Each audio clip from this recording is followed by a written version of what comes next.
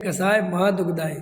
देखो, कम से कम चारित्र की कसाय नहीं तोड़ सकते तो श्रद्धा की तो तोड़ दो।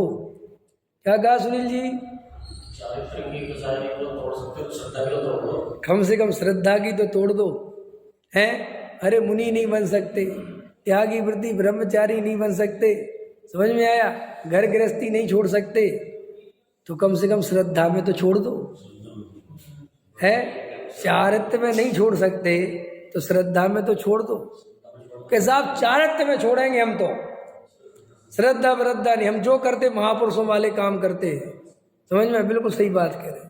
तुम महापुरुषों वाले करो, कुछ होने वाला नहीं है। अरे हम अभी इतना सरल सम्यक दर्शन है, हम वो नहीं ले पा रहे, बताओ तो हम आगे की बात क्या करें? इतनी सरल बात समझ में नहीं आ रही कि मैं आत्मा हूं, इस शरीर संयोग आदि मेरे से भिन्न, इतना निर्णय नहीं कर पा रहे, इतनी बुद्धि नहीं चल रही। ये कीड़े मकोड़े, हाथी घोड़े बैल, ये सब त्रियंच गति के जीव दिख रहे हैं, उनके दुख दिख रहे हैं, वो बिल्कुल अपने जैसी प्रवृत्ति है विचारों की, नहीं है? भूख लगती है तो रोटी के लिए से तड़पड़ाते हैं, कोई गर्म पानी डाल दे तो तिल मिलाते हैं।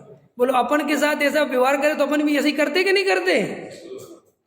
तो अरे इसका मतलब ये है, इसके अंदर भी वही आत्मा है, ये भी वैसे ही सुख दुख का अनुभव करता है, ये भी बेचारा दुखों से भागता फिरता है, और ऐसे ही आत्मा मैं हूं। तो थोड़ा शांत होकर देखा करो, किस जीव ने ऐसे क्या कर्म करे, इसने क्या गलती करी, किसकी ये दशा है। और यही तो मैं कर रहा हूं।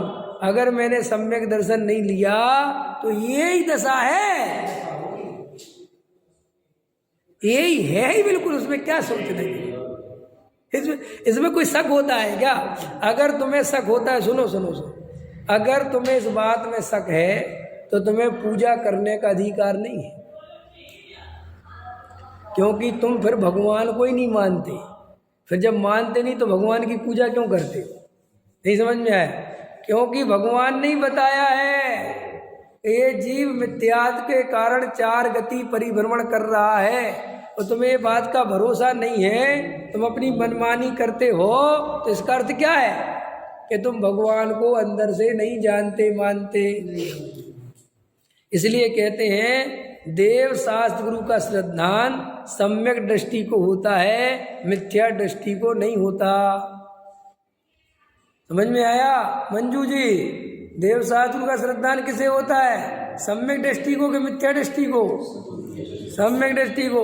मिथ्या दृष्टि को क्यों नहीं होता? क्योंकि देव शास्त्र गुरु की श्रद्धा हो जाए तो सम्यक दृष्टि हो ही जाएगा ना।